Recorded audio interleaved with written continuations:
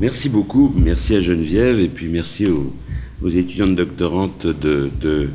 ce moment chaleureux jusqu'à il y a 5 minutes. Et je pense que là, on va pouvoir continuer à discuter sans trop s'agresser. Et ce que je voudrais faire ici, c'est essayer de revenir sur un certain nombre de questions que j'avais déjà un petit peu posées il y a quelque temps, lorsqu'avec Martial, on avait déjà un peu réfléchi sur les questions de littérature, d'économie et autour de la question du théâtre, où j'avais essayé d'avancer que les échanges théâtraux ressemblaient trait pour trait, du point de vue économique, à une sorte d'échange assez particulier qui est la prostitution. D'une certaine manière, on échange de l'argent contre du plaisir, et on échange de l'argent contre quelque chose d'infiniment éphémère, d'autant plus éphémère qu'au théâtre, on ne consomme pas jusqu'au bout, et il y a donc quelque chose dans l'évaluation de ce moment un peu particulier, qui est le moment de théâtre, qui dure quelques heures, une transaction qui consiste à avoir un billet en main avec un désir qui remplit ce billet, si je puis dire, avec d'un côté de l'argent et de l'autre côté du désir, et qu'on va à partir de là se mettre en face d'un certain nombre de gens qui, eux, vont avoir pour charge de nous donner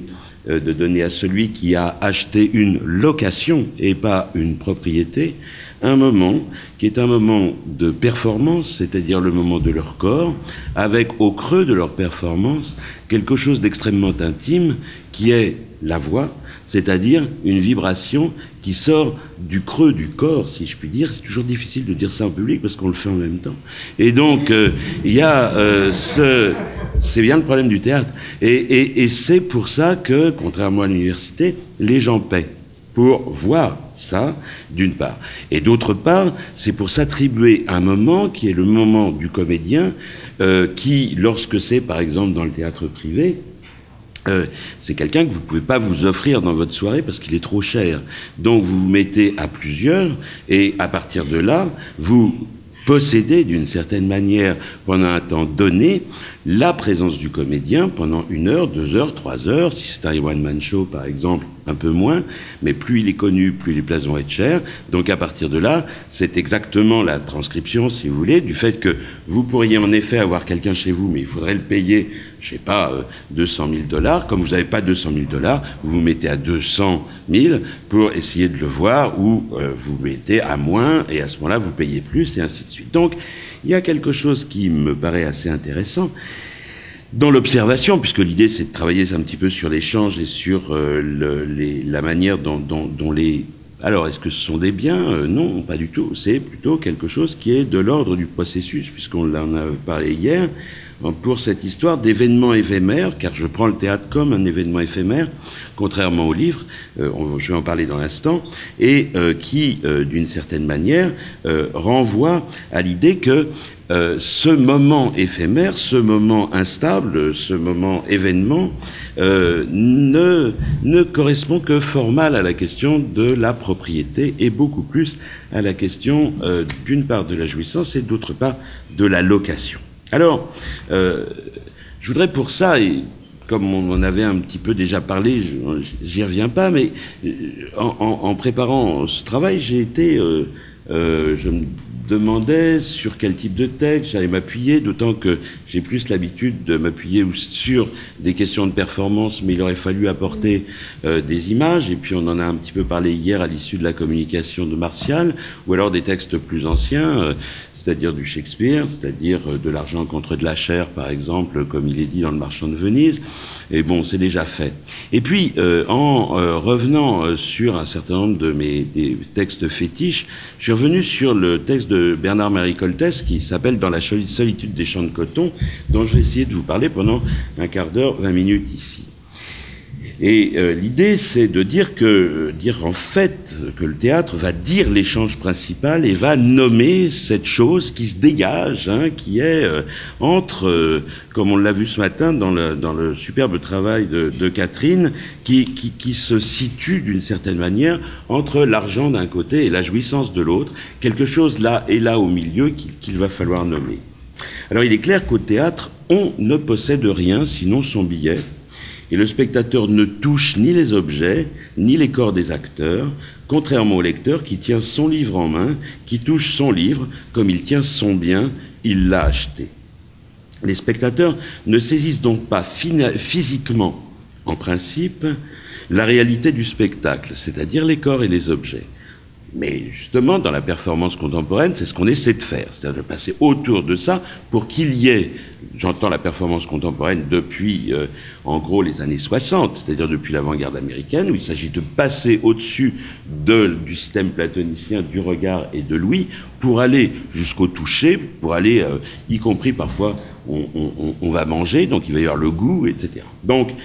mais en principe, la réalité du spectacle, c'est-à-dire les corps et les objets, n'est pas touchée et les spectateurs n'achètent pas le spectacle, contrairement au livre, pour faire ce qu'ils veulent du spectacle. Ils ne peuvent pas le ranger, ils ne peuvent pas conserver leur spectacle, ils ne peuvent pas en faire un bien. Et là, je parle en termes juridiques et pas économiques. Ainsi, chaque spectateur, individuellement, va louer sa place au théâtre pour être devant quelqu'un dont le corps est seulement vu et entendu un moment et qui souvent occupe ou emprunte, comme on le dit, un rôle à celui qui l'a conçu et lui qui a bien voulu vendre son bien, à savoir l'auteur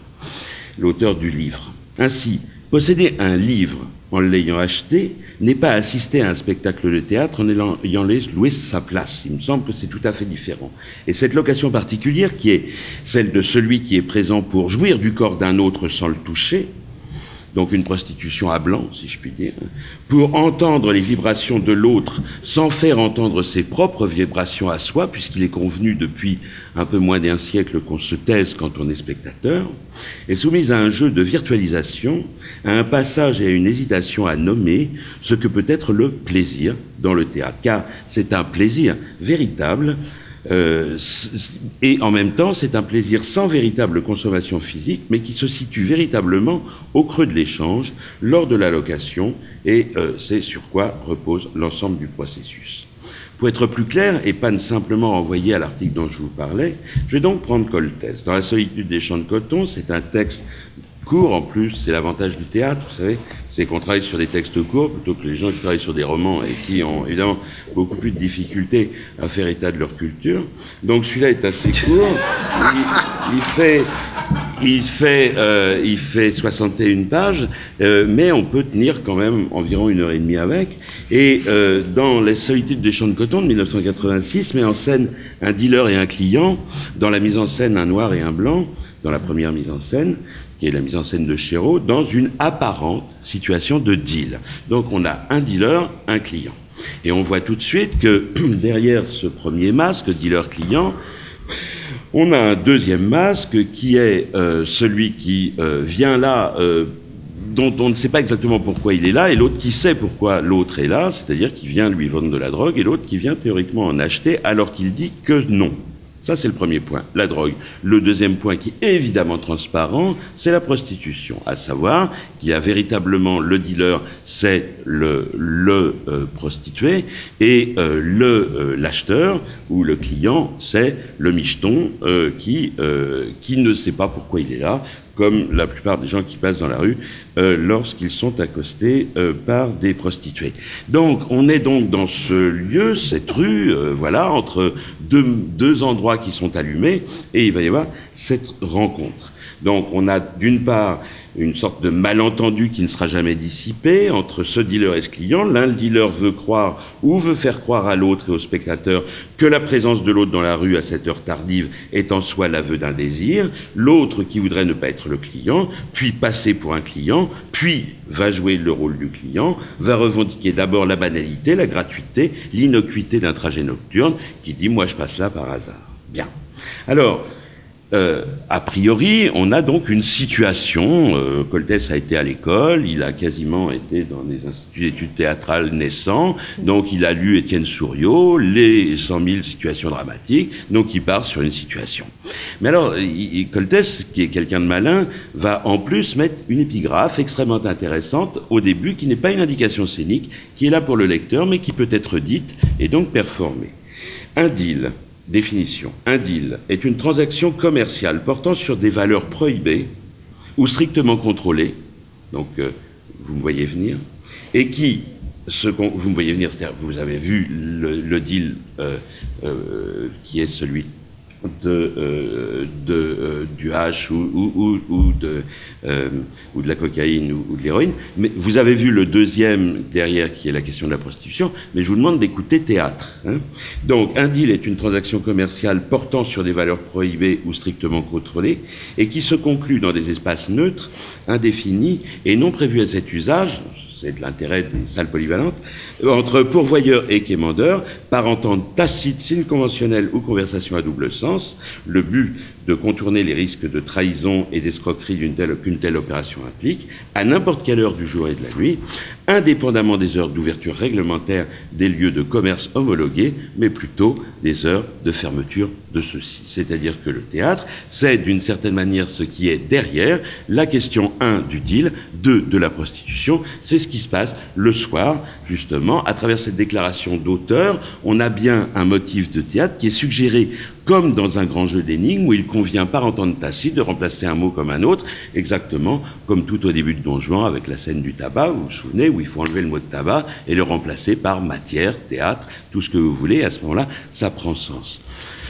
Coltès d'un côté, Molière de l'autre savent très bien jouer avec ça, c'est-à-dire que d'emblée s'impose ce jeu et d'emblée s'impose une méta-théâtralisation du texte et en même temps une méta-économie du théâtre autour de la méta-prostitution, tout ça étant évidemment joué. Donc, à partir de cette déclaration, on est naturellement conduit à suivre l'intéressante analyse de Coltès sur les rapports commerciaux et le marché en général, ce que toute la critique a déjà noté, mais si on suit quelques hypothèses, on peut alors ajouter que le rapport humain en général donne lieu à une analogie avec le théâtre en particulier, parce que l'un et l'autre sont soumis à un marché entre les deux protagonistes qui va du deal au théâtre en passant par la prostitution. Car si Coltès va multiplier les couples d'opposition dealer-client, homme-animal, mâle-femelle, blanc-noir, etc.,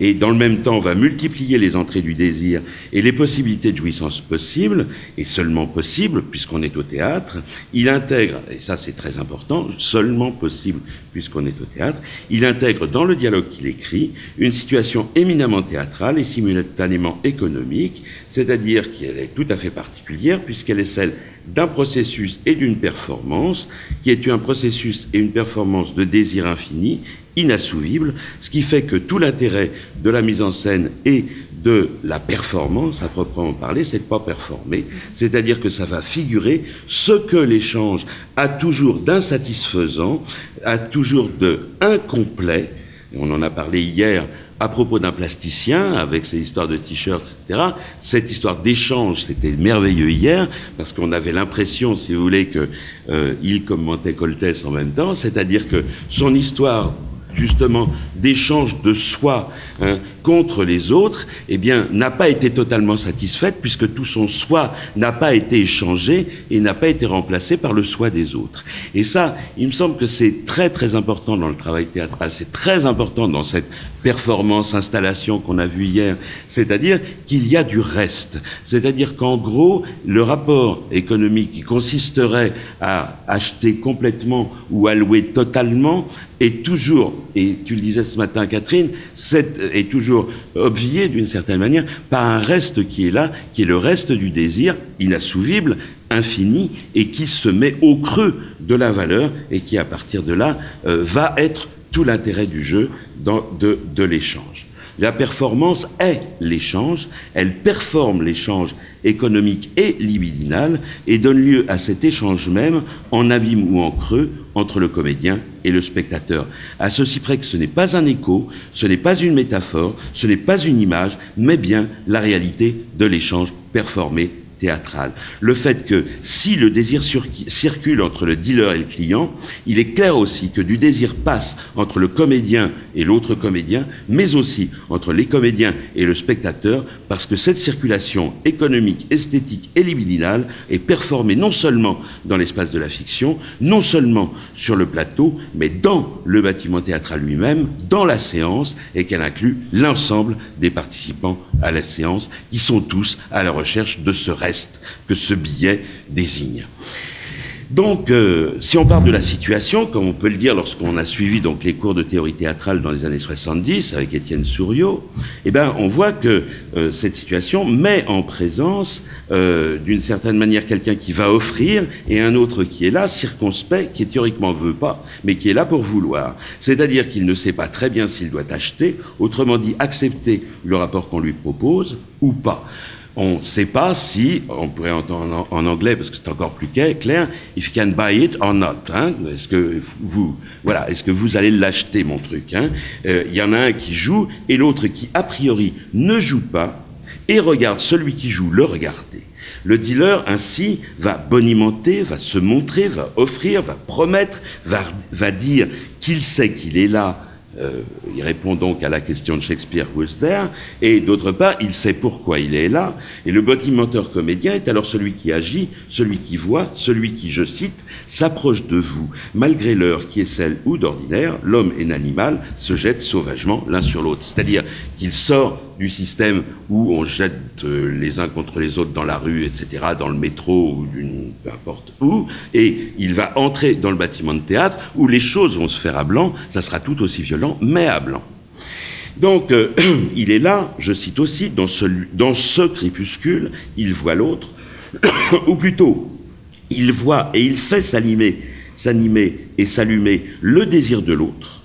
tel une prostituée ou un prostitué face au client micheton, ou tel un comédien entrant sur scène face à son public.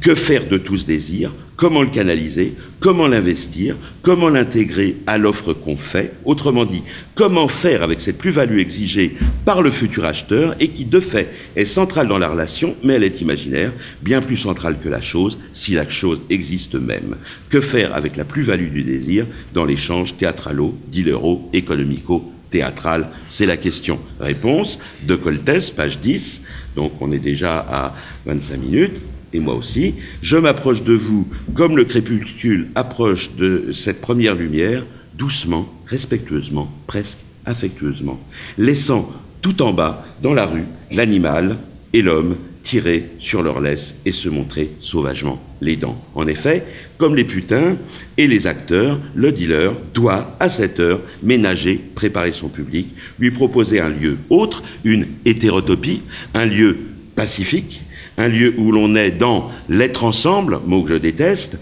mais on est dans cet être ensemble, c'est-à-dire qu'on est dans un lieu de communauté qui, a priori, est sans violence, ne serait-ce que pour l'amadouer, le séduire, le faire entrer dans ce lieu de transaction qui sera un agone et qui rétablira cette violence possible qui est celle du théâtre. Comment le théâtre est dans cette oscillation entre réunir, l'être ensemble, et en même temps sortir de cette réunion bêlante du type, comme on l'a dit hier, moi je dis Wawan, pour aller vers un ailleurs qui est l'ailleurs de l'agone véritable. À blanc, on ne se tue pas au théâtre, sauf au théâtre. C'est-à-dire qu'on est dans ce lieu alternatif, c'est le lieu hétérotopique, ce lieu du soir qui échappe au crépuscule des luttes animales et aux suggestions douloureuses. Et pour faire bonne mesure, la putain et l'acteur, à travers ce personnage du dealer, jouent de l'introspection pour mieux définir sa place essentielle dans la relation finale.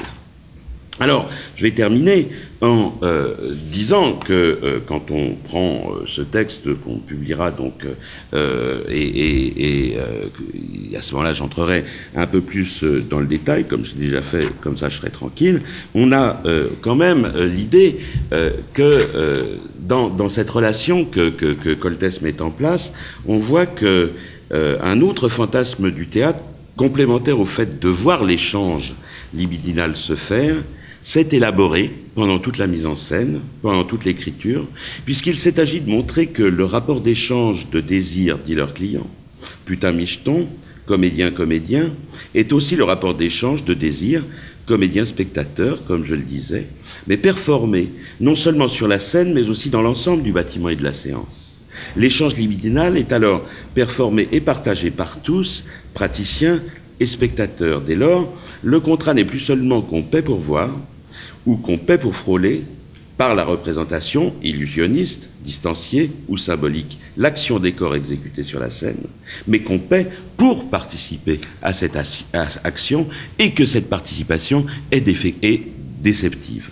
Le caractère voyeuriste du théâtre ne renvoie donc pas seulement au principe de l'illusion ou à l'expérience d'un plaisir théâtral de refoulement, quoique, là aussi, mais il se rapproche ainsi à nouveau du lien économique et contractuel de départ qui fait que le théâtre figure et performe l'échange des corps en mouvements voluptueux ou violents contre de l'argent, mais à blanc. Il y a donc bien, structurellement, un scandale à donner un prix au plaisir libidinal comme au plaisir de la réflexion. Scandale à ce qu'on s'assemble librement pour s'offrir, seul et à plusieurs, si je puis dire, en réunion, le plaisir d'un échange économique libidinal, et scandale à permettre à cette activité sociale de se tenir dans un lieu clos, loué à ses fins mêmes. Le théâtre, alors, est à la fois, comme la prostitution, un vice privé et public, une occupation dangereuse qui détourne l'échange économique pour y intégrer une dépense voluptueuse sans fond et qui inclut à la fois le réel et le fantasme, mais qui, simultanément, et à la différence du simple commerce